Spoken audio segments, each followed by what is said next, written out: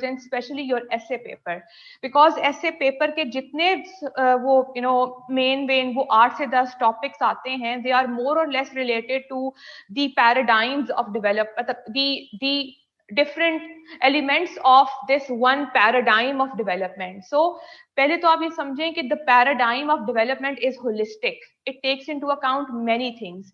अब वो many things क्या हैं, वो many things हम यहाँ पे डिस्कस करते हैं कि what are the elements of development. सबसे पहले तो हमने कहा कि आपका जो 90s तक एक नोशन था कि economic growth is the prerequisite, it is important to ensure कि long run sustainable economic development हो रही है. तो आपका सबसे पहला वाला जो इसके अंदर एलिमेंट आता है that is economic growth. Of course it is important. क्यों? क्योंकि अगर आपकी इकोनॉमी में इकोनॉमिक ग्रोथ हो रही है, that basically means, जैसे कि हमने ये कल बात की थी कि आपका जो ग्रॉस डोमेस्टिक प्रोडक्ट है वो क्या है. It is the wealth of a country ना. एक नेशन की एक साल में वेल्थ कितनी है, ठीक. और अगर आप अपने टोटल जीडीपी को टोटल पॉपुलेशन के साथ डिवाइड करते हो तो you get your income per capita, which is like a theoretical economic figure जो आपको ये बताता है कि इस मुल्क में हर बंदे के हिस्से में इस मुल्क के जीडीपी का इतना हिस्सा आता है, which is not realistically possible, क्योंकि हर बंदे के हिस्से में उतना हिस्सा नहीं आता. There will always be and there have always been income inequalities. कुछ लोगों के पास पैसा ज्यादा होता है, कुछ के पास कम होता है, and that is a given, that is a natural reality of our economic life कि आपके पास has and have nots हमेशा होंगे. Absolute equality हो ही नहीं सकती, ठीक. So but it's a sort of an indicator of overall well-being. देखो, income per capita simply है आप टोटल जीडीपी को डिवाइड कर दो total population of Pakistan, you get the income per capita, ठीक.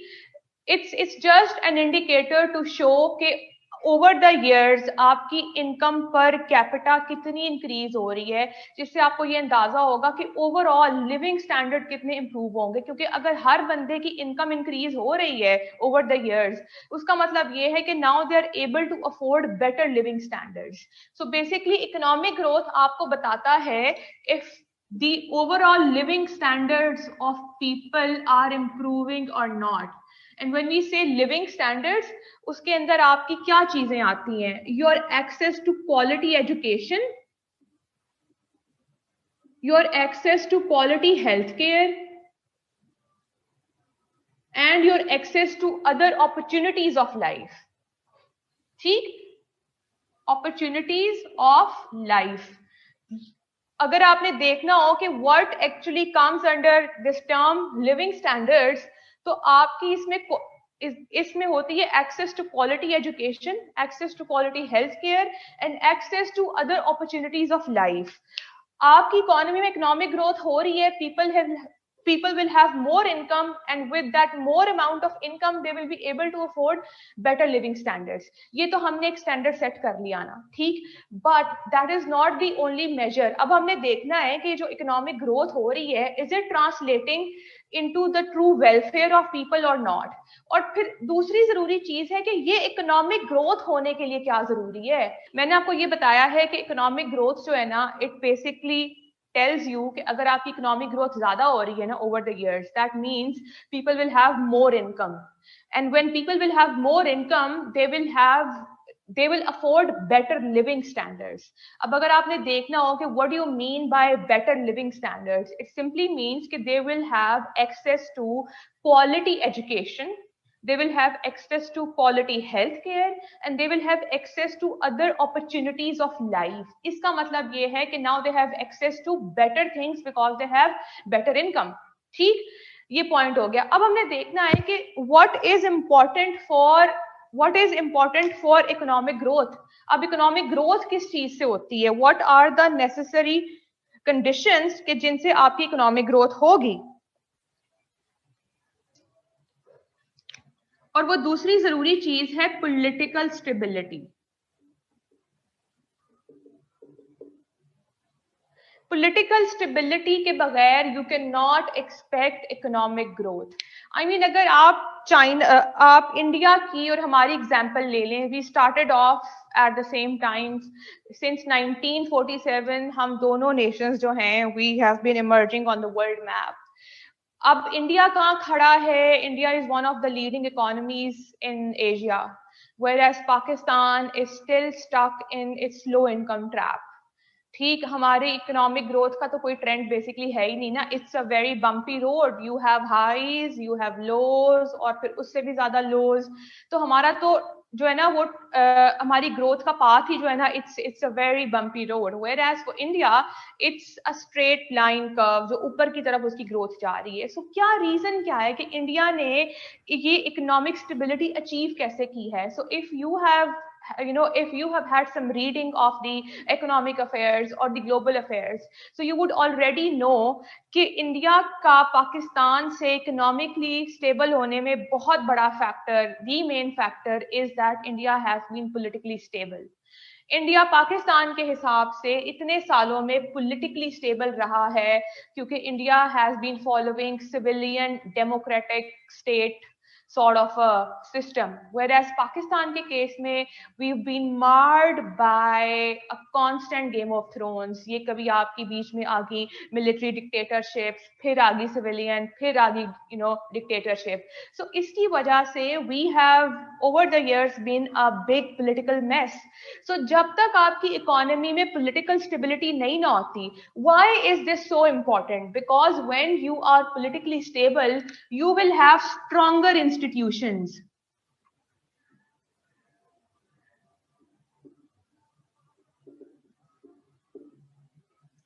If you are politically stable, you will have stronger institutions, and stronger institutions are extremely important for the efficient working of any state.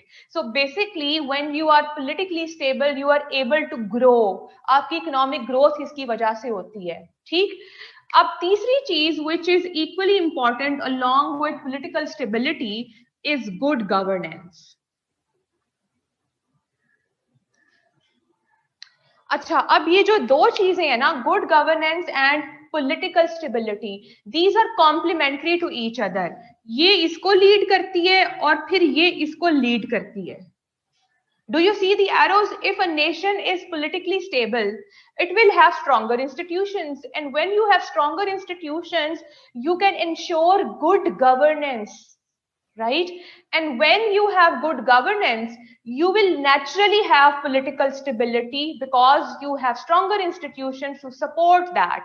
So basically, ये दो चीजें जो है ना, they are complementary to each other. They coexist basically.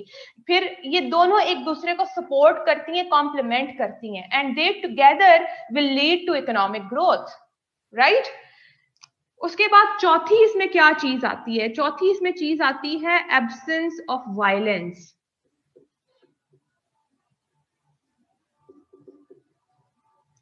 और piece. ठीक हो गया. अब मुझे एक बात बताओ कि अगर कोई नेशन जो है वहां पे इकोनॉमिक ग्रोथ भी थी because it was politically stable and it had good governance as well, but वहां पे it was struck by an air of militancy and violence. ठीक, अब उस नेशन में जैसे ही वहां पे मिलिटेंसी और वायलेंस आ गई, उसकी पॉलिटिकल स्टेबिलिटी डिसरप्ट हो गई एंड नेचुरली उसकी वजह से उसकी इकोनॉमिक ग्रोथ हैम्पर होगी. इसकी एग्जांपल आपके पास है सीरिया की. देखो, Syria was once a very prosperous nation. Now it has been turn down into ashes. Why? Simply because of absence of peace. अब वहां पे जो इतने सालों की वहां पे वॉर चल रही है, प्रॉक्सीज हैं, उसकी वजह से its whole economic structure has been just thrashed so badly. इसके अलावा आप अपनी एग्जांपल देखो पाकिस्तान की कि 9/11 से पहले भी हमारी इकोनॉमिक सिचुएशन कुछ खास नहीं थी, but the moment we joined the war on terror और हमारी होम ग्रोन और the throne मिलिटेंसी जो है हमारे ऊपर, उसने हमें 10 साल जो है वी स्ट्रगल्ड विद इट, हमने इतने उसके ऊपर ये जो सारे के सारे ऑपरेशंस भी किए, और फिर 10-12 अरसे के बाद कहीं जाके हमने उस चीज को टोन डाउन किया है। लेकिन उस पूरी एक डेकेड में Pakistan economy was so badly destroyed because we were out of political stability altogether. So यहां से आपको अंदाजा होता है कि if you want to ensure political stability, stronger institutions and good governance, you need to ensure that you are at peace. और वो peace क्या है? That is peace on your borders, and most importantly borders पे peace होने से भी ज्यादा है कि आपके पास इंटरनल सिक्योरिटी होनी चाहिए। You should be internally secure as well, और इंटरनल सिक्योरिटी के लिए सबसे जरूरी चीज होती है इकोनॉमिक हार्मनी। ठीक? So absence of violence is very very important. You should be at peace. आप पीसफुल होंगे तो आपके पास पॉलिटिकल स्टेबिलिटी इंटैक्ट रहेगी। ठीक? उसके बाद पांचवी चीज, मेरी बात सुनो, आप लोगों को समझ आ रही है अब तक? लेकिन रजा, यहाँ पे इनफ्लो ऑफ डॉलर का हमारे साथ कोई लिंक नहीं है, क्योंकि इनफ्लो ऑफ डॉलर जो है ना, that is not economic growth. Economic growth वो होती है कि आप कितना अपने मुल्क के अंदर गुड्स एंड सर्विसेज प्रोड्यूस कर रहे हो, आपका जीडीपी जो है वो कितना ग्रो कर रहा है, that is economic growth. Foreign add is not growth. और हमारे मुल्क का तो अलमिया भी ये बहुत बड़ा रहा है ना, कि आपके पास you have examples of nations like Egypt, जिन्होंने फॉरेन एड ले लेके अपने आप को पता नहीं क्या से क्या कुछ बना लिया है। लेकिन हम तो फॉरेन एड लेकर भी अपना कुछ नहीं कर पाए आज तक, because we simply waste it. So don't confuse foreign aid with growth. Growth आपकी इन होम ग्रोथ होती है कि आपका जीडीपी कितना बढ़ा है, आपकी इकोनॉमी में जॉब्स कितनी क्रिएट हुई हैं, आपकी इकोनॉमी में आपने गुड्स एंड सर्विसेज कितनी बनाई हैं, आपकी एक्सपोर्ट बेस कितनी है, ये सब चीजें आपकी ग्रोथ को डिनोट करती हैं। ठीक है? सो हम उस इकोनॉमिक ग्रोथ की बात कर रहे हैं। Foreign add is nowhere a part of economic growth. ये चीज अपने दिमागों में क्लियर कर लें। So everything clear so far? It make sense? Is everybody sleeping? Okay, good.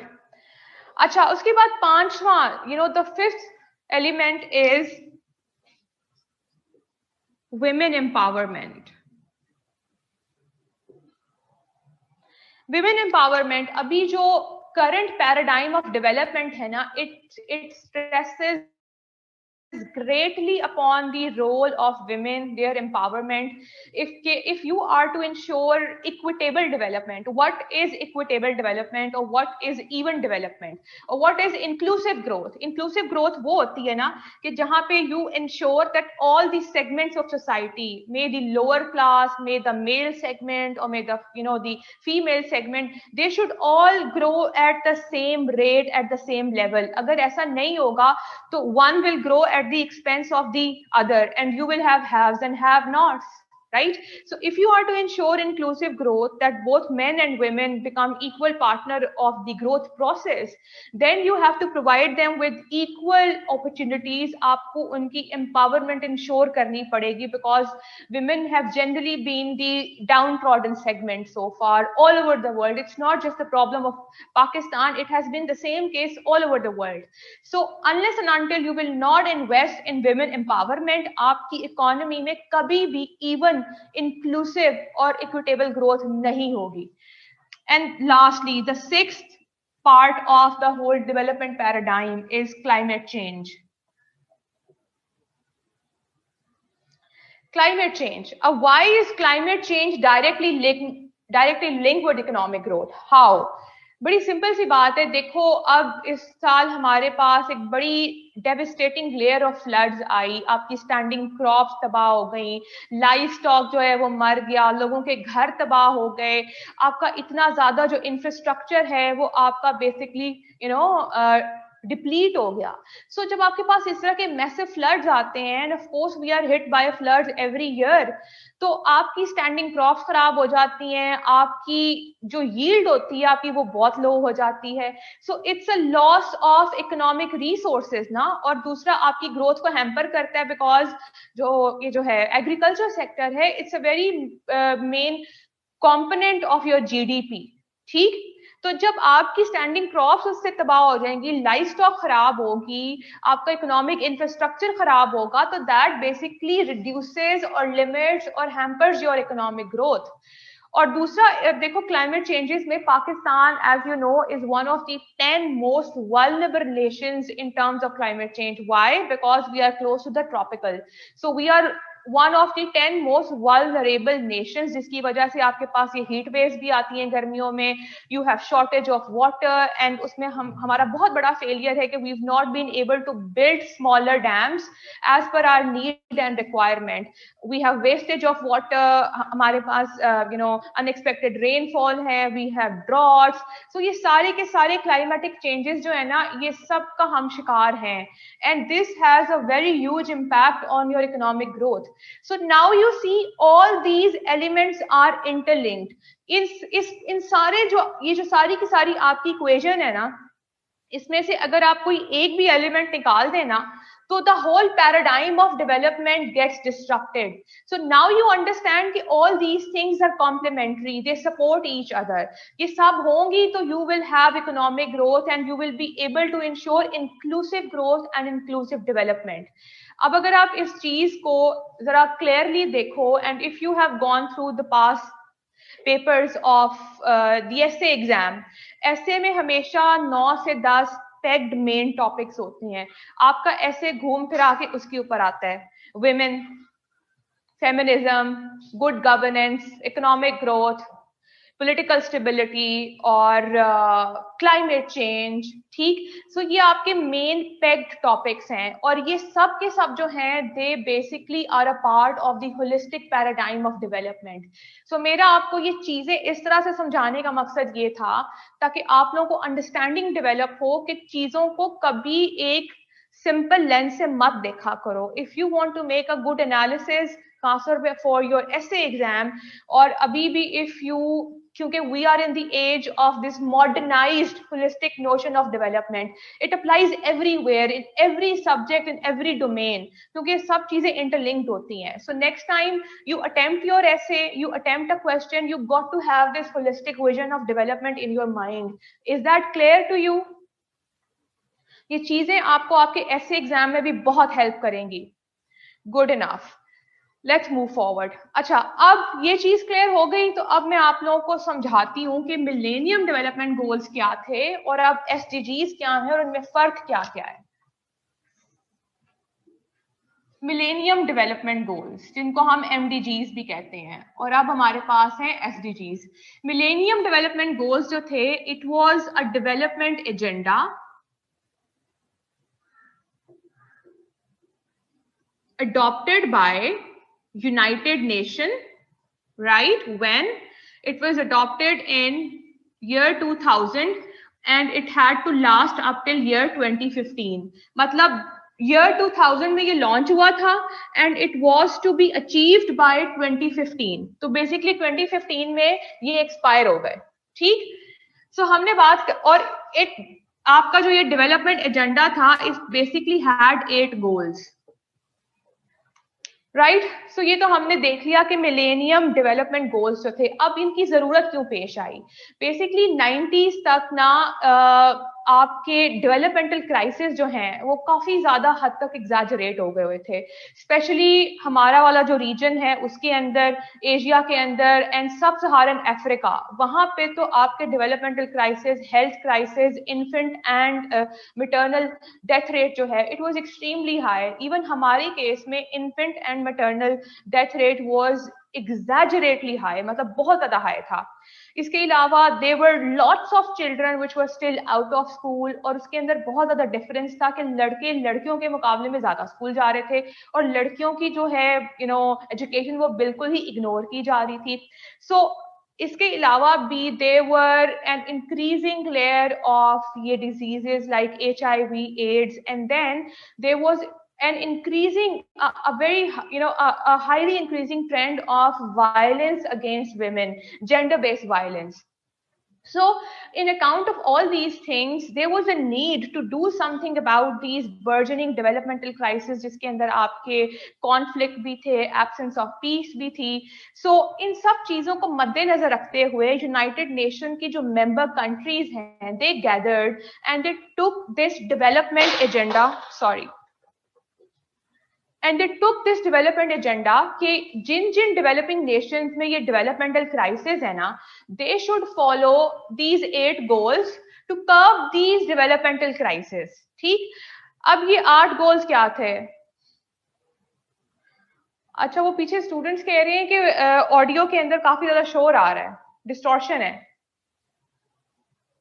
Is it clear? अब ठीक है सबा?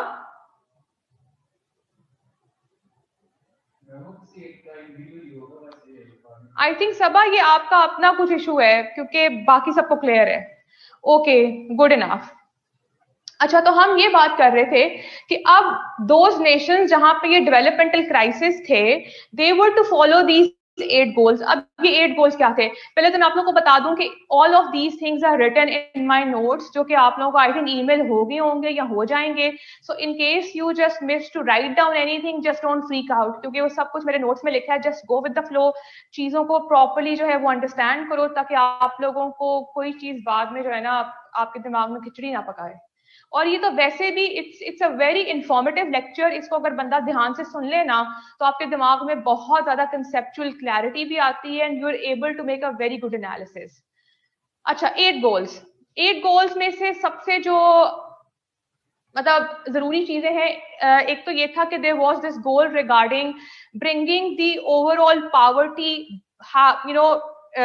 Bringing the overall poverty down by half, के मतलब ग्लोबल पॉवर्टी को हाफ से नीचे ले आओ. अब ये सुनने में बड़ी अजीब सी बात लगती है कि how will you bring down the global poverty by half. ठीक.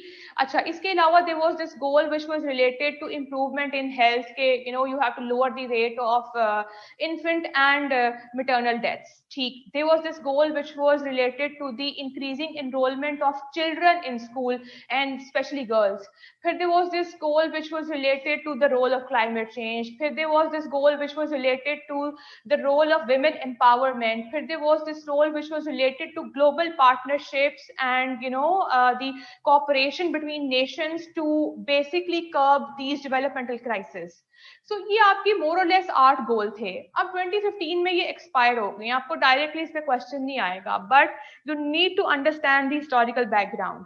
अब 2015 में ये एक्सपायर हो गए. सो हम ये चीज सोचते हैं that were these goals are success? No, these goals were primarily a failure. Why? अब हमने वो चीजें देखनी है ताकि हम अंडरस्टैंड करें कि SDGs और MDGs में फर्क क्या है. तो सबसे पहला मसला जो मैंने आपको जब ये गोल्स बताए होंगे तो यू वुड हैव सेंस्ड कि these goals were structurally flawed. ये गोल्स ही फ्लॉड थे. दे वर नाइवली envisioned and they were very over ambitious goals. I mean, how would you expect आप सिर्फ आके एक गोल इस तरह का निगेट कर मतलब आप इस तरह का गोल जो है आप उसको प्रोपगेट करते हैं कि भाई ग्लोबल पॉवर्टी को हाफ से नीचे गिरा दो.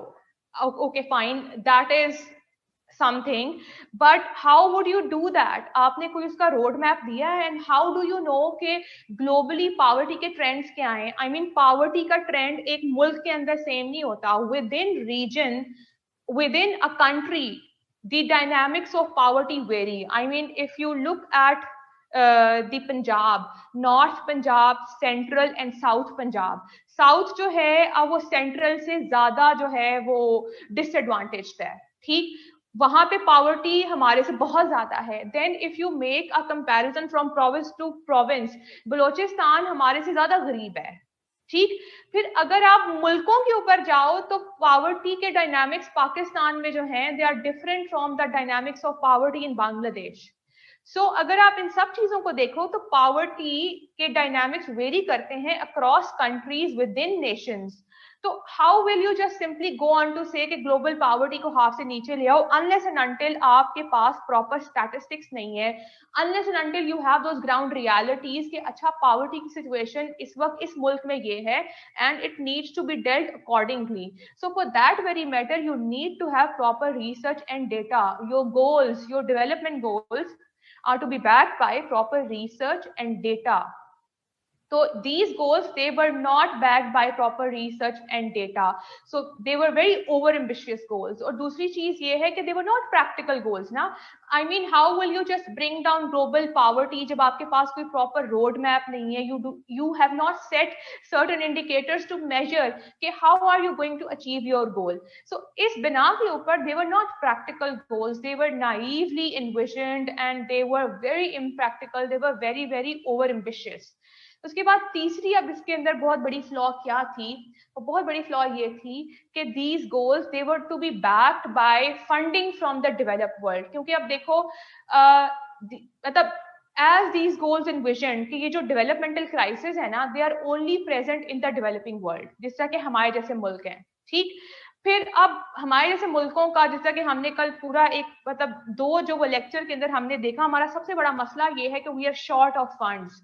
हमारे पास रेवेन्यूज इतने नहीं होते कि हम अपनी लॉन्ग रन सस्टेनेबल डेवलपमेंट के अंदर जो है ना हम प्रॉपरली इन्वेस्ट करें. तो हमारे जैसे मुल्कों का मसला ही ये होता है कि we have those macro economic issues, we are short of revenues, so we can not spend in the overall human welfare.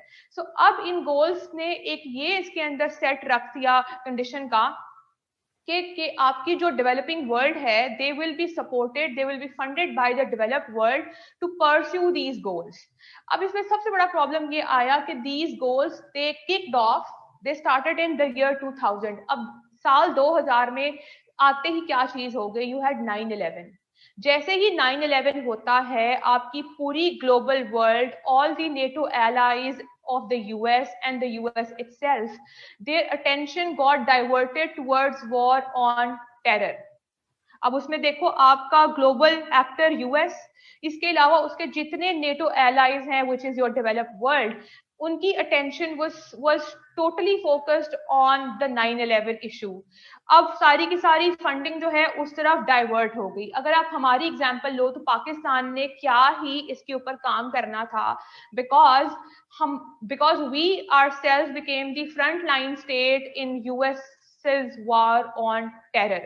So हमने क्या ही अपना फोकस रखा होगा ऑन मिलेनियम डेवलपमेंट गोल्स, कोई नहीं, ठीक.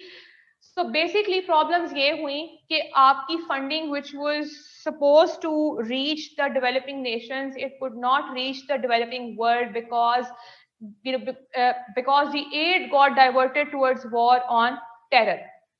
नेटो फंड में चली गई, ठीक. इसके अलावा दूसरा बड़ा क्या मसला होता है, 2008 में आपका ग्लोबल फाइनेंशियल क्रंच हो जाता है. अब जब आपका ग्लोबल फाइनेंशियल क्रंच होता है तो भी आपकी फंडिंग को एक बहुत बड़ा धक्का लगता है, क्योंकि उसमें भी it was a financial crunch which was felt by every nation, हम भी उसका हिस्सा थे. तो फिर आपकी फंडिंग जो कि डेवलपमेंट की तरफ जानी थी वो और ज्यादा डिसरप्ट हो गई. So on account of all these main issues, सबसे बड़ा मेन प्रॉब्लम ये था कि these were structurally flawed, and lastly these goals were not properly owned by the governments of the developing world. Why? क्योंकि अभी हमने यहाँ पे देखा है कि सबसे जरूरी चीज इसमें क्या है, you should have good governance according to developmental economics. Good governance lies at the heart of development. अगर आपके पास good governance नहीं है ना, you can never be able to achieve sustainable development. So it's a prerequisite. Good governance होगी, you will have political stability, you will have stronger institutions, and you will naturally grow. Right? So हमारे जैसे मुल्कों का सबसे बड़ा मसला ये है, we have crisis of leadership. हमारे पास stronger institutions नहीं है, we are not politically stable, we do not have good governance. तो ऐसी इकोनॉमीज जहां पे आपके लीडरशिप क्राइसिस होते हैं, वहां पे आपकी लीडरशिप जो है ना वो इस तरह के डेवलपमेंटल गोल्स को politically own ही नहीं करती, और जब इनको political ownership नहीं मिलती, when they do not find political legitimacy, these goals are never implemented properly. और ये हमारा बहुत बड़ा मसला है कि कोई अच्छी अगर पॉलिसी या गोल आता भी है तो उसको properly implement नहीं किया जाता, ठीक, सो एक ये बहुत बड़ा मसला था. So on account of all these issues these goals failed considerably. अब ये फेल हो गए, अब 2015 में एक्सपायर हो गए, तो 2015 के बाद यही जो आपका ये एजेंडा था ये इम्प्रूव हुआ, because the UN understood all these failures कि अच्छा हमारे गोल्स में ये फ्लॉज थे. अब we have to remove those flaws and we have to build upon the ethos of these developmental goals. तो फिर आपके पास अब ये नाम चेंज होके आई सस्टेनेबल डेवलपमेंट गोल्स में. अब इस नाम से आपको फर्क समझ आ जाएगा कि these are more practical goals because they are sustainable goals. इसमें आपका जो विजन है ना of thinking of the remedies, that is more practical. How? अब ये आपका 2015 से लेके 2030 तक का डेवलपमेंट एजेंडा है by the UN and it has now 17 goals. वो 8 गोल्स की बजाय you have 17 more focused comprehensive problem oriented goals. अच्छा, अब इनमें प्रैक्टिकल होने में सबसे जरूरी चीज क्या है? पहले जब हमने बोला था कि आपके मिलेनियम डेवलपमेंट गोल्स का जो एक लाइन ऑफ थिंकिंग था वो ये था कि पॉवर्टी को हाफ कर दो, बट हाउ? कोई रोड मैप नहीं था ना, and they were not backed by proper research and data. These goals, the SDGs, are now backed by proper research and data. कि poverty के dynamics, yes, ये पूरा का पूरा जो आपका सारा का सारा एजेंडा है ना, this is by the UN. ये भी यूएन के थे, ये वही गोल्स हैं, लेकिन ये सारे फेल हो गए थे. तो ये जितनी प्रॉब्लम्स हमने डिस्कस की हैं उन प्रॉब्लम्स को उन्होंने रेक्टिफाई किया और एक better version of developmental goals present किया in the form of sustainable development goals. I hope that's clear now. Is that clear? Good. बाकी सबको भी क्लियर है?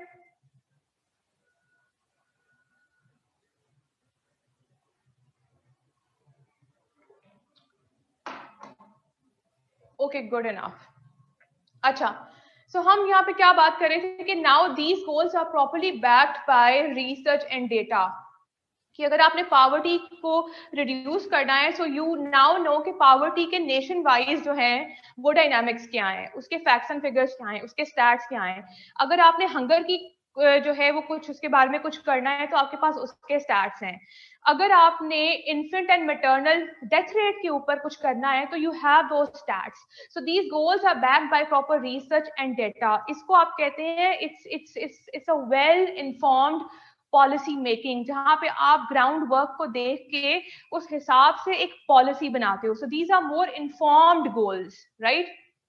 दूसरा, अब सपोज करें कि मैं आपको एक मिसाल देती हूँ कि एक प्रैक्टिकल डेवलपमेंटल गोल जो है वो क्या होता है. सपोज करें कि हमारे ये पंजाब में कोई एक गांव है जहां पे क्रोनिक जो है वो गुर्बत है, पावर्टी है, लोग भूख से मरते हैं.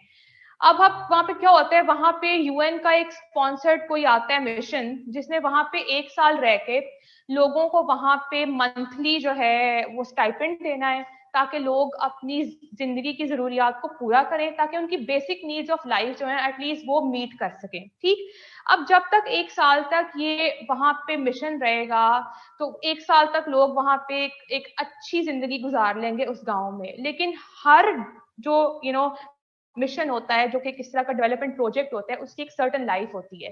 उसके बाद it has to go back. So 1 साल के बाद जब उसकी लाइफ खत्म होगी, वो वहां से जाएगा, लोगों की वही chronic poverty in the worst way will hit back. लोग उससे ज्यादा वर्स ऑफ हो जाएंगे. सो अगर आपने लोगों की भलाई के लिए कुछ करना है तो instead of these monthly stipends, आप कोई ऐसा सस्टेनेबल सोल्यूशन ढूंढो जिससे आप लोगों को पॉवर्टी से एक्सट्रैक्ट करो, उनके लिए एक सस्टेनेबल लाइवलीहुड का सोर्स दो, so that they now have better income and they can come out of their poverty trap. उसके लिए आप क्या कर सकते हैं, वही जो पैसा आपने उनको 1 साल स्टाइपेंड में देना है, you should invest in a certain project in that area. वहां पे कोई छोटी सी इंडस्ट्री लगा दें ताकि वहां के जो लोग हैं गांव के वहां पे आके काम करें, ताकि उनके पास एक मंथली इनकम जो है, एक गुड अमाउंट ऑफ इनकम का सोर्स जो है वो जनरेट हो जाए. So that is a practical solution, that is a sustainable solution. ये फर्क है एमडीजीज और एसडीजीज में. You can actually quote this example. कि ये आपका एक प्रैक्टिकल सोल्यूशन है if you are to deal with the developmental crisis, if you are to limit poverty. तो उसके लिए सस्टेनेबल अप्रोच ये है, उसके लिए प्रैक्टिकल अप्रोच ये है। Is that clear to you all? Good. अच्छा, दूसरा हमने कहा था कि these are more practical goals, they are backed by proper research and data. अब इन गोल्स में ये फर्क था कि these goals were not target oriented. अब these goals they could not differentiate between poverty and hunger. MDGs ने कोई इस तरह की ये डिफरेंशिएशन नहीं की कि पॉवर्टी एक चीज है और हंगर एक चीज है। And of course they are different, poverty और चीज है, हंगर एक और चीज है। कोई बंदा गरीब है ना, दैट डज नॉट मीन कि वो हंगरी भी होगा। अब हमारे जैसे मुल्क में देखो, if you have heard of the fact के almost 60% of people in Pakistan are malnourished. अब मैल नरिश से आप ये कहते हैं कि यहाँ पे लोगों के पास खाना नहीं है। No, it's not about the availability of food. We do have adequate amount of food available because we are an agro based nation. तो फूड अवेलेबल है, लोगों की सोशो इकोनॉमिक एक्सेस नहीं है टूवर्ड्स क्वालिटी फूड बिकॉज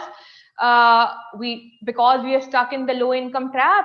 लोगों के पास रोजगार नहीं है, और जिनके पास रोजगार है they are not earning enough money. So आपकी socio economic access to quality food नहीं है, जिसकी वजह से 60% लोग जो हैं they cannot afford the daily required caloric intake which leads to malnourishment.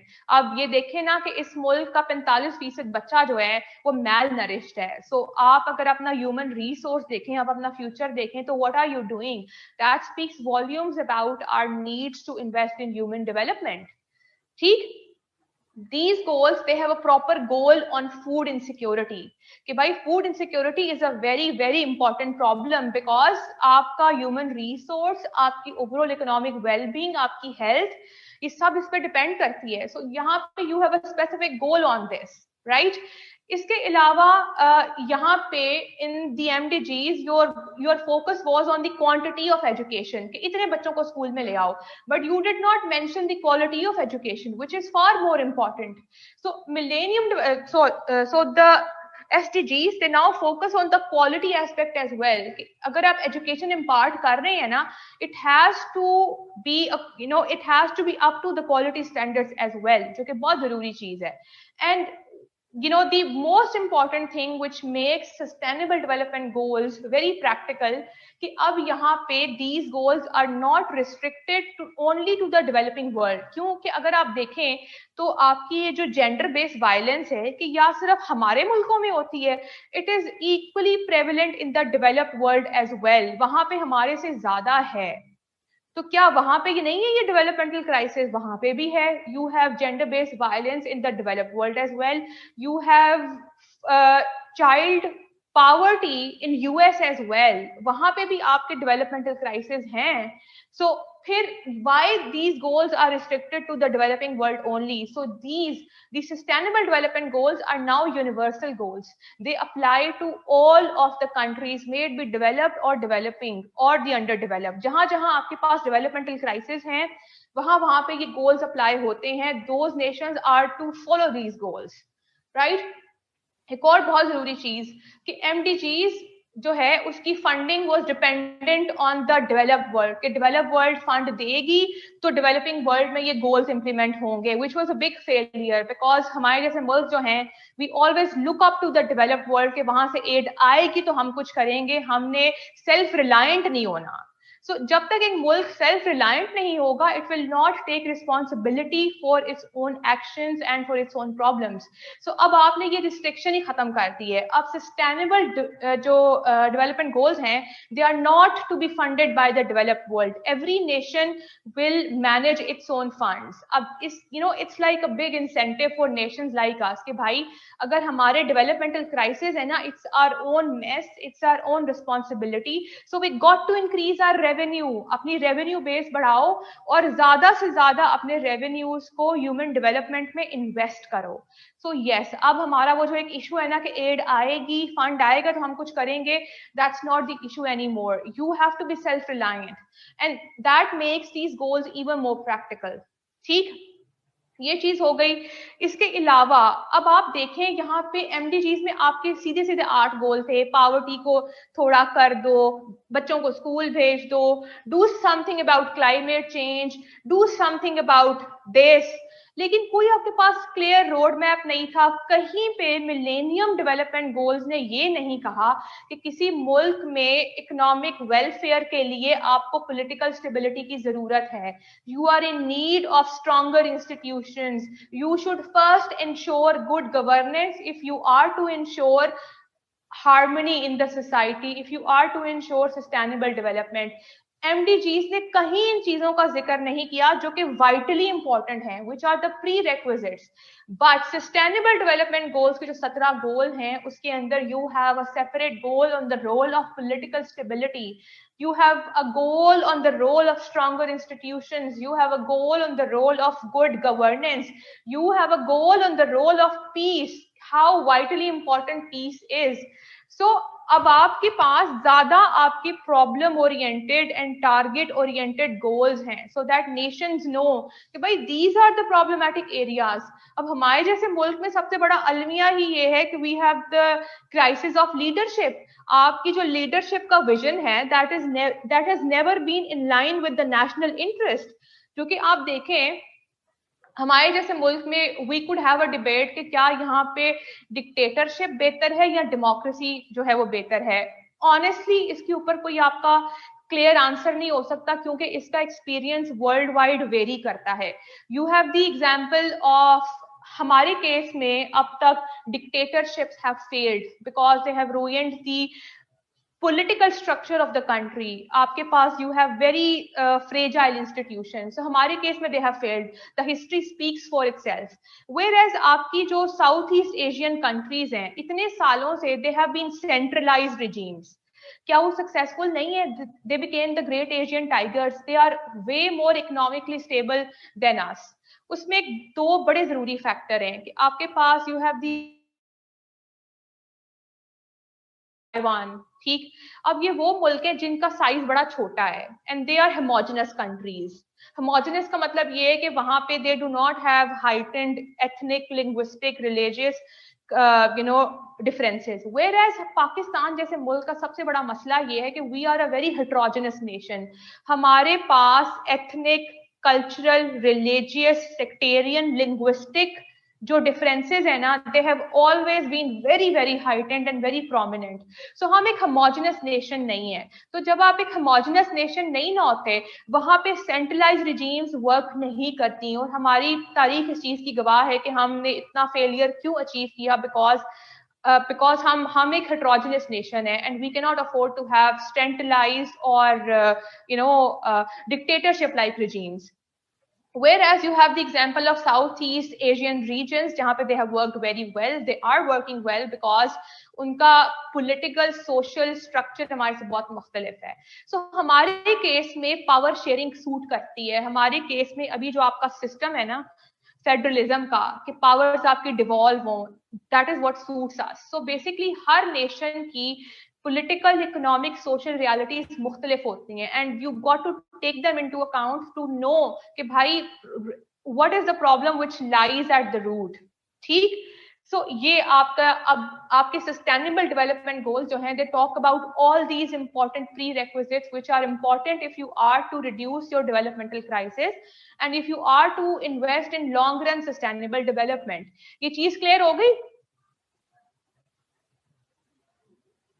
Good enough. अच्छा अब आप लोगों ने ये करना है जो कि आप लोगों के एग्जाम के लिए मैं आपको एक अच्छी दूं टिप कि आपने कुछ स्पेसिफिक गोल्स हैं, आई थिंक पहले 5-6 गोल्स हैं और बीच में कोई भी ऐसा गोल विच इज डायरेक्टली और indirectly related to any of your optional or any of your subject or which is related to any question being asked in the paper, आपने वो goal along with this number लिखना है as a reference। ये आपको बड़ा help करता है।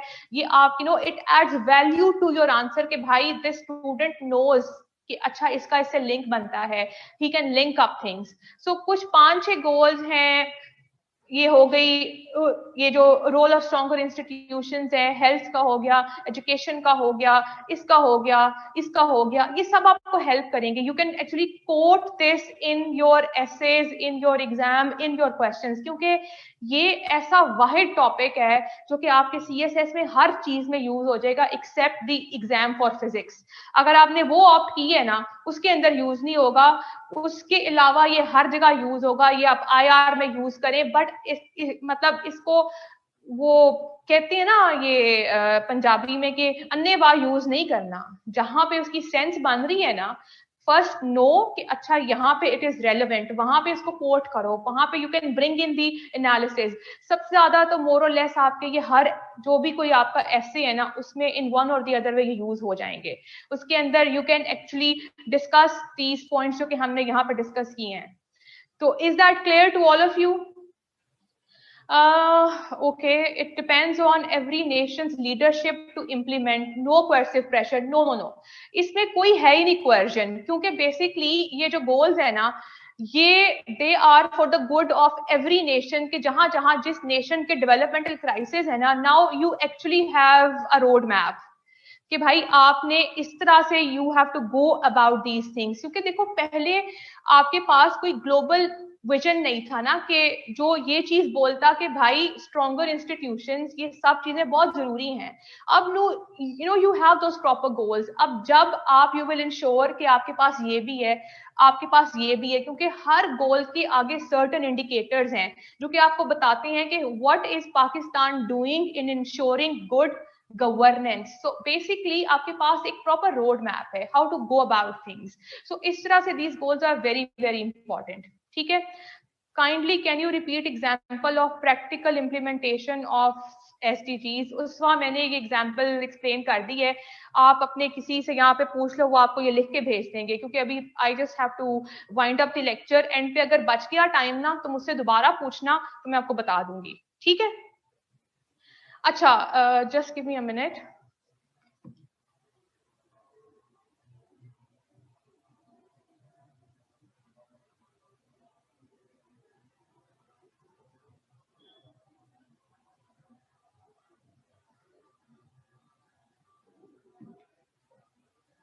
अच्छा, अब अगला जो क्वेश्चन आता है वो ये है कि पाकिस्तान जो है, how is Pakistan going to achieve these goals, ना कि हमने इनसे फायदा किस तरह से उठाना है, और what has Pakistan done so far. Honestly speaking, अभी तक Punjab is the only province, if you happen to visit this planning and development board Punjab, यहाँ पे जो इसका ये एक बिल्डिंग है, वहां पे अगर आप जाके देखें तो आई गेस, क्योंकि मैंने वहां पे काम किया हुआ है, तो अब तक Punjab is the only province जिसने it have which has done something with regards to the sustainable development goals. उसकी सारी वॉल्स के ऊपर आपको ये गोल्स दिखाई देंगे, 17 गोल्स. सो अब तक हम वो वाहिद प्रोविंस हैं जिन्होंने कुछ किया है to achieve the sustainable development goals. Where बाकी अगर आप लोग जाके देखें, Sindh is still quite far away. और खैर से जो बलोचिस्तान की हालत है वो तो बहुत ही खराब है. ठीक. लेकिन बलोचिस्तान अब इस चीज से इनकार नहीं कर सकता. It can not put the whole blame on Punjab के भाई वो सारा सारा फंड ले जाते हैं. वाई? इसमें दो चीजें बहुत जरूरी हैं. अब क्योंकि हम बात कर रहे हैं कि how to make Pakistan achieve the sustainable development goals, उसमें क्या चीजें जरूरी हैं. केपीके ने कुछ किया है. It has done some good work in terms of education. ठीक है. हेल्थ में भी कुछ कुछ बेहतरी आई है, बट सबसे बेहतर काम किया है पंजाब ने. ठीक. अच्छा, उसके बाद दो चीजें हैं. एक तो है 18th अमेंडमेंट, दूसरा है 7th एनएफसी अवार्ड. अब ये दोनों चीजें ऐसी हैं जो आपके लिए एज बीइंग सीएसएस एस्पिरेंट्स बहुत जरूरी हैं. आप लोगों ने जस्ट गूगल इट, इसके ऊपर कुछ आर्टिकल्स पढ़ो, but you should be aware कि आफ्टर दीज टू चेंजेस कि आपके मुल्क के पॉलिटिकल एंड फाइनेंशियल स्ट्रक्चर में क्या फर्क आया है. ठीक. इन चीजों के आपको आइडिया होना बेहद जरूरी है. ये आपका बहुत बहुत जरूरी एक टॉपिक है, क्योंकि जहां तक मुझे याद है, मैंने जो अपना अटेम्प्ट किया था ऐसे, मैंने इन दोनों चीजों को यूज किया था उसके अंदर, and it turned out to be a very solid analysis. उससे बहुत हेल्प हुई थी। तो ये खाली आपको ऐसे के लिए जरूरी नहीं है, ये आपके बहुत ज्यादा ऑप्शनल्स में, कंपल्सरीज में, ये हर जगह यूज होगा। अच्छा, अब ये दो जरूरी क्यों नहीं है, ये मतलब ये दो इतने जरूरी क्यों हैं? ठीक, अच्छा, अब वो दो जरूरी इसलिए हैं क्योंकि अगर आप लोग देखें 18th अमेंडमेंट से पहले Pakistan had a centralize structure. उसमें ये बड़ा मसला होता था जी कि सिंस आपका सेंट्रलाइज स्ट्रक्चर है of making rules and laws, तो उसमें we do not make good laws related to Balochistan. क्योंकि देखिए अब बलोचिस्तान में जो हेल्थ का मसला है, वहां पे जो प्रॉब्लम ऑफ एजुकेशन है, वहां पे कोई भी ऐसा इशू है उसकी जिम्मेदारी बलोचिस्तान के लोगों पे आती है, क्योंकि दे आर द वंस जो कि उन प्रॉब्लम्स का शिकार हैं। So they should have the right to make laws with regards to that makes perfect sense. And as I said कि we are a heterogeneous nation, हमें तो सेंट्रलाइज रिजीम सूट ही नहीं करती। Every province should get its due share of power and financial autonomy so that वो अपनी independently work कर सके। So that basically became a reality after the 18th amendment, जब आपकी पावर्स सेंटर में से डिवॉल्व होगी टू द प्रोविंसेस। अब you have 3 tiers basically, you have federal, you have provincial and you have the local governments. ठीक, अब आपके तीनों टीयर्स पे पावर डिवॉल्व है। अब आपकी हेल्थ, एजुकेशन, हर जरूरी चीज जो है ना, it has become a matter of the province. अब बलोचिस्तान इज कंप्लीटली ऑटोनमस कि वो अपनी एजुकेशन, हेल्थ को लेके कोई भी लॉ जो है वो बना सकता है एज पर its own needs, its realities, its requirement. So अब वो डिबेट ही खत्म हो गई है। दूसरा, 7th एनएफसी के बाद ये जो एक बहुत बड़ा ब्लेम होता था कि ये जो पंजाब है, on solely on the basis of its population it takes away the lion's share of the revenues। अब वो भी इशू खत्म हो गया क्योंकि 7th एनएफसी में आपने 3 और एलिमेंट्स डाल दिए कि भाई आपने ये भी देखना है कि कोई प्रोविंस जो है उसका साइज कितना है, उसके लोग कितने हैं, फिर उसके अंदर लोग जो हैं how backward they are in terms of development, उस प्रोविंस की जो नीड्स ऑफ डेवलपमेंट है वो क्या है। इन सब की बेसिस के ऊपर आप अपने रेवेन्यू को डिवाइड करेंगे। सो उस हिसाब से बलोचिस्तान का शेयर पहले से काफी ज्यादा बढ़ा। सो अब अगर आप देखें कि 2010 से लेके अब तक 2020 आ गया है, अब भी अगर बलोचिस्तान में the situation of health and education and various other things if they are not improving, that is because of absence of good governance. Is that clear? Clear हुआ आप लोगों को कुछ? Is my point clear? Good enough. So basically अब यहाँ पे क्योंकि अब हमारे पास we now have the system which actually suits us. ठीक, अब यहाँ पे क्या प्रॉब्लम है? अब आप ये देखें, आपके सस्टेनेबल डेवलपमेंट गोल्स में you have a proper goal related to the role of local governments, कि ये इतने जरूरी क्यों हैं? They are vitally important. Why? Because अब जो आपका करंट पैराडाइम ऑफ डेवलपमेंट है ना, वो कहता है कि अगर आपने if you are to ensure inclusive growth, if you are to ensure equitable development, जिसमें every person, every segment of society is part of the process of growth, so you have to follow the bottoms up approach। Bottoms up approach का मतलब ये होता है कि ये आपकी जो सोसाइटी की है ना पिरामिड, ये जो सबसे नीचे लोग बैठे हैं ना, ये आम आदमी है। ये वो आम आदमी है जो कि इन सारे डेवलपमेंटल क्राइसिस का शिकार है। दे हैव हेल्थ इश्यूज, ये तालीम का मसला, गुर्बत का मसला, खाने का मसला, ये वो लोग हैं जो कि नीचे बैठे हैं। ठीक, जब तक आपकी ग्रोथ इस ऊपर वाले हिस्से पे रिस्ट्रिक्टेड रहेगी ना, जब आपका फोकस यहाँ रहेगा, वो ग्रोथ यहाँ ट्रांसलेट नहीं होगी, वो ग्रोथ इन लोगों तक नहीं जाएगी, जिससे आपके पास हैव्स एंड हैव नॉट्स बढ़ते जाएंगे। तो जो आपका करंट पैराडाइम ऑफ डेवलपमेंट है ना, ये कहता है कि इक्विटेबल अप्रोच जो है टुवर्ड्स ग्रोथ, उसके लिए you should follow bottoms up approach, कि इन लोगों को जो नीचे बैठे हैं ना, इनको एम्पावर करो, make them a partner, make them a part of the growth process. How? अब वो लोकल गवर्नमेंट्स का डायरेक्ट लिंक इन लोगों के साथ होता है। क्यों? क्योंकि आपकी जो एलजीज हैं वो इन्हीं लोगों को रिप्रेजेंट कर रही होती हैं। आपकी जो कोई छोटी, अगर आपका कोई फ्लाईओवर बनना है, आपके कोई ये नए नाले बनने हैं, आपके कोई रोड्स बनने हैं, ठीक है, उन सब को सबसे नीचे वाला जो लेवल है वहां जाके इंप्लीमेंट करते हैं आपका ये वाला tier, local government. So what is extremely important कि इस वाले टीयर की political, administrative and financial empowerment and autonomy are very, very important. Write it down.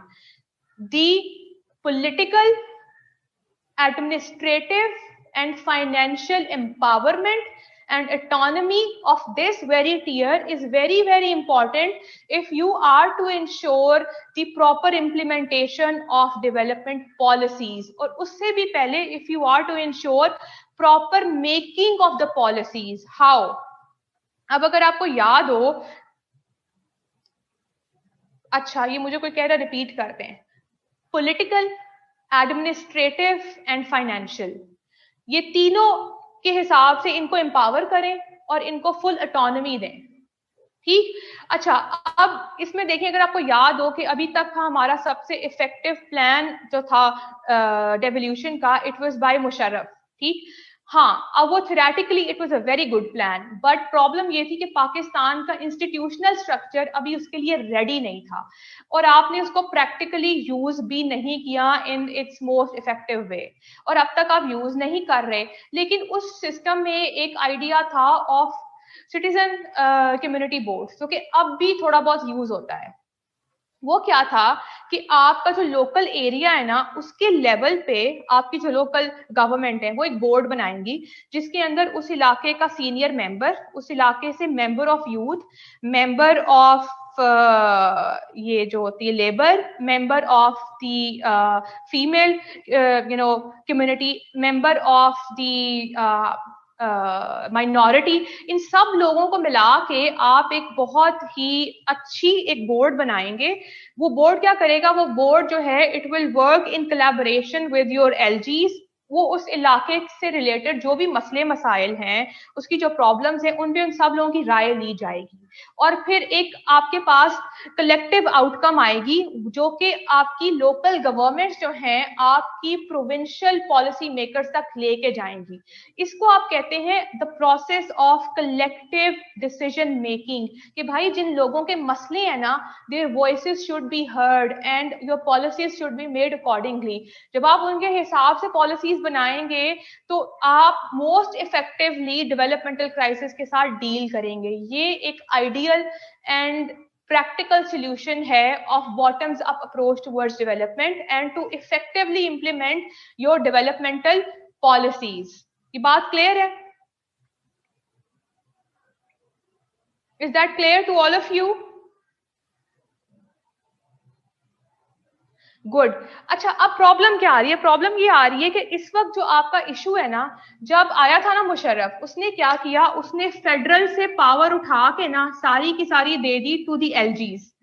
अब आपकी जो एलजीज थी, they were not ready for it, क्योंकि आपकी सबसे पहले कोई भी जो आपका इंस्टीट्यूशन है, कोई भी आपका टीयर है, you first need to invest in its institutional capacity building. जब आप उन लोगों को रेडी ही नहीं करोगे और आप उनके ऊपर पावर इतनी ज्यादा उठा के दे दोगे तो they will not know how to deal with it.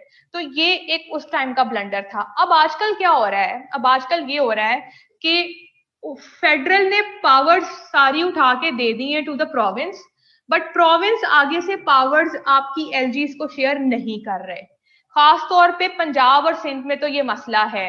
KP में अभी भी आपका some of the powers are effectively devolve to the LGs, लेकिन हमारे पास नहीं है। सो ये एक बहुत बड़ा मसला है कि भाई हर टीयर का जो ड्यू शेयर ऑफ पावर है आप उसको दें, सो दैट वो इफेक्टिवली अपने मैंडेट पे काम कर सके। सो ये एक बहुत बड़ा मसला है। अगर आपने पाकिस्तान के केस में, if you are to ensure political stability, stronger institutions and good governance and the proper implementation of the sustainable development goals, you got to follow the bottoms up approach, and your powers should be devolved properly to the each respective tier, and especially the role of LGs is very very important. Why, वो मैं आप लोगों को explain कर चुकी हूँ. ठीक. इसके अलावा अगर हमने सस्टेनेबल डेवलपमेंट गोल्स को इंप्लीमेंट करना है, दूसरी सबसे जरूरी चीज ये है कि यार आप अपने रेवेन्यूज तो बढ़ाओ. जब तक आप डेवलपमेंट पे खर्च नहीं करोगे, अगर आप देखें पाकिस्तान की स्पेंडिंग ऑन हेल्थ कितनी है, that is extremely disappointing. Pakistan spends only 0.6% of its GDP on health. एक तो आपका छोटा सा जीडीपी है और you're the fifth largest nation in the world. छोटा सा GDP and you be the fifth largest nation in the world, और आप उस जीडीपी का भी 0.6% हेल्थ पे लगाते हैं, तो आपके मुल्क में हेल्थ के क्या ही इश्यूज होंगे. So it's a very clear cut crisis of quality health care. और फिर जो ये जो है एजुकेशन है, उसमें यूएन कहता है spend 4% of your GDP on health. हम कर रहे हैं 2.2%, which is not bad. As being an economist, I say अगर आप 2% ऑफ जीडीपी भी लगा रहे हैं ना, it's a good figure.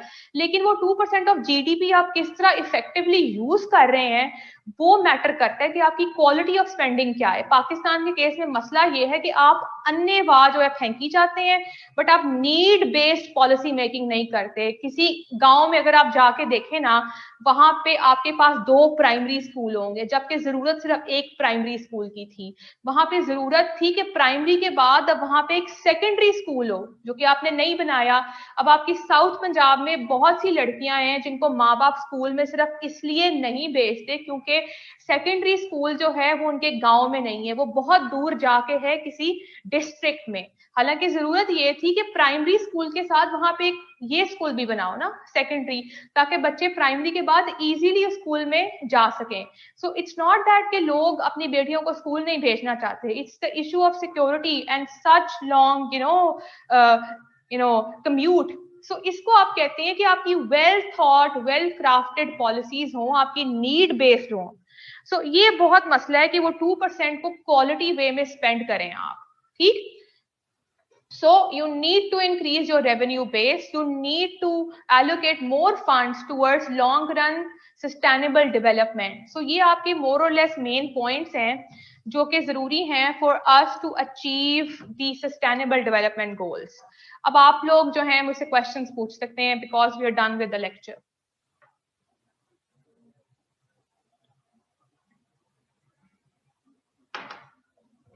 Maryam, मैंने आपको ऑलरेडी बता दिया है कि जितना हम स्पेंड कर रहे हैं ना, दैट इज गुड.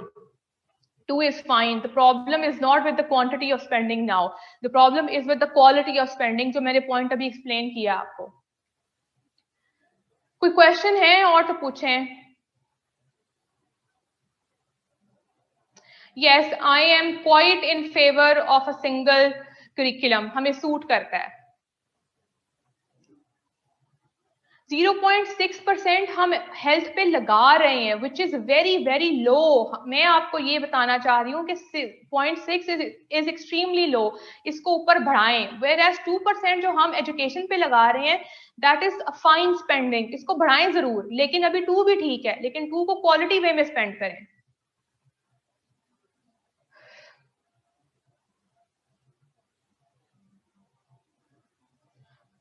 मियां मंशा को आप क्वेश्चन के एनालिसिस में नहीं लेकर आते because you don't name people. हाँ, लेकिन ये बात सच है, बिकॉज अगर आप अपनी एलीट को एम्पावर करते हैं, इसको आप कहते हैं trickle down effect of growth. It has failed in most of the nations जहां पे ये अप्लाई हुआ है. We used it in the decade of development and we had deep inherent structural inequalities. Structural accountability Farhan साहब ये होती है कि आप हर टीयर को उसकी प्रॉपर मैंडेट डिवॉल्व करें, उसके बाद you can check them for their accountability. पहले आप उनको proper administrative, political and financial mandate दें. यूएन का हेल्थ से कोई इस तरह का जो है ना वो आइडियल नहीं है। हर नेशन की अपनी हेल्थ नीड्स होती हैं, हेल्थ नीड्स के हिसाब से उसकी एक रिक्वायर्ड स्पेंडिंग होती है। अगर आपने कुछ ऐसा देखना है तो you can just go and check the UN website for that. देखिए, एजुकेशन की इम्प्लीमेंटेशन जो है ना, that has been devolve to the provinces. National, अगर आपका वो जो है ना करिकुलम, उसके अंदर देखें कुछ चीजें ऐसी हैं जहां पे वो आपका यही वाला सब्जेक्ट होना चाहिए फेडरल, ठीक। एजुकेशन को इम्प्लीमेंट कैसे करना है, let the provinces decide that. But अगर आपने अपने मुल्क में से बिगेटरी, बाइस्ड और ये सेक्टेरियन इश्यूज जो है ना, अगर आपने उनको खत्म करना है, and if you are to ensure कि हर सूबे में रहने वाले हर इंसान को एक लेवल की एजुकेशन मिले, तो उसके लिए एक ही सोल्यूशन है, और उससे आपका एलिमेंट ऑफ डिवॉल्विंग पावर हर्ट नहीं होता।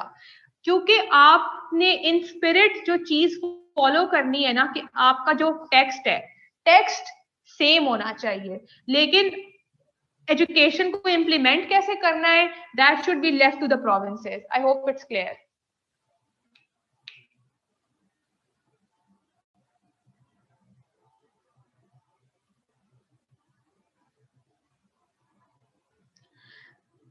ऐसन उसमें देखें, अगर बलूचिस्तान को आप देखें तो बलूचिस्तान का अगर शेयर थोड़ा उसको जाता है तो उसमें बहुत बड़ा factor is because of the population, क्योंकि उसकी थोड़ी भी है। पंजाब में आप देखें, पंजाब की आबादी बहुत ज्यादा है, इस बात पे कोई शक नहीं है। ऊपर से आपकी मोस्टली जो ये इंडस्ट्री वगैरह है वो सिंध में है और यहाँ पे है, इस बात में भी कोई शक नहीं है। और हाँ, मैं इस चीज से अग्री करती हूँ कि अभी भी आपका जो रेवेन्यू शेयरिंग फॉर्मूला है उसमें 80% वेट अभी भी आपने इस एक चीज पे रखा है, पॉपुलेशन पे, जो कि मैं मानती हूँ कि आपको उसको थोड़ा सा लेस करना पड़ेगा, कि आप you have to give more weightage to के कोई प्रोविंस कितना बैकवर्ड है। And if we are to ensure that inclusive growth, तो उसमें बलोचिस्तान में देखें, अब भी देखें, because of the CPEC project भी ना, गवादर की वजह से बलोचिस्तान की गेम बहुत ऊपर है। लेकिन मसला अब भी वहां पे जो है ना, रियल इशू जो है, that is the problem of the political structure. Balochistan में कोई भी अच्छी चीज होने भी लगे ना, वहां के इनहेरेंट ट्राइबल इश्यूज इतने ज्यादा सुवेयर हैं, और वहां पे they are so many vested interest, you know so those political interests, they basically tone down any good thing which could happen over there. ये एक बहुत बड़ा issue है। Yes, Osama, that's absolutely true. It is basically the crisis of leadership. It is basically the crisis of governance over there.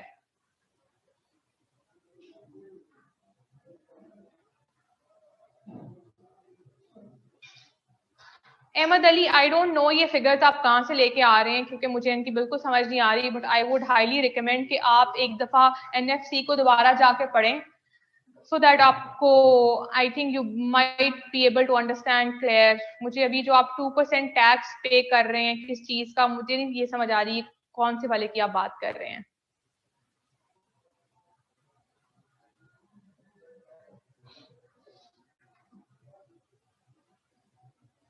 Last question, उसके बाद फिर आप लोगों को मैं ब्रेक दे रही हूँ।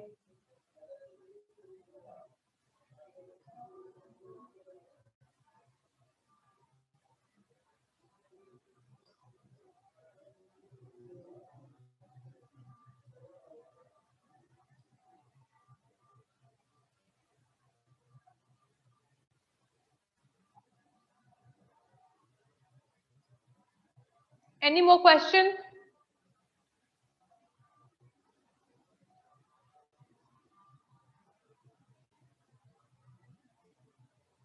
हफ्सा, ये कल हमारे दो इसके ऊपर बहुत एक्सटेंसिव लेक्चर्स थे कि हम अपना रेवेन्यू किस तरह से बढ़ा सकते हैं। आप कल मेरी क्लास में थी हफ्सा, दोनों क्लासेस में?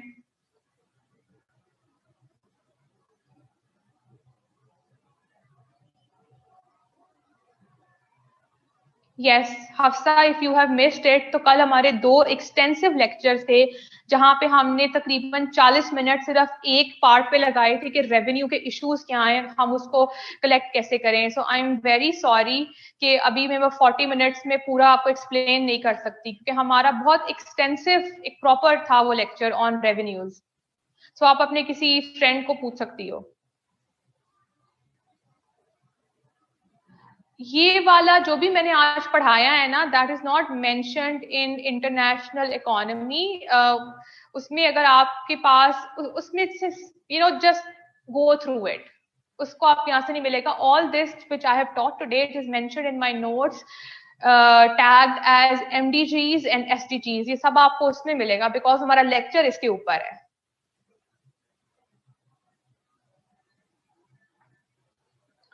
और कोई क्वेश्चन?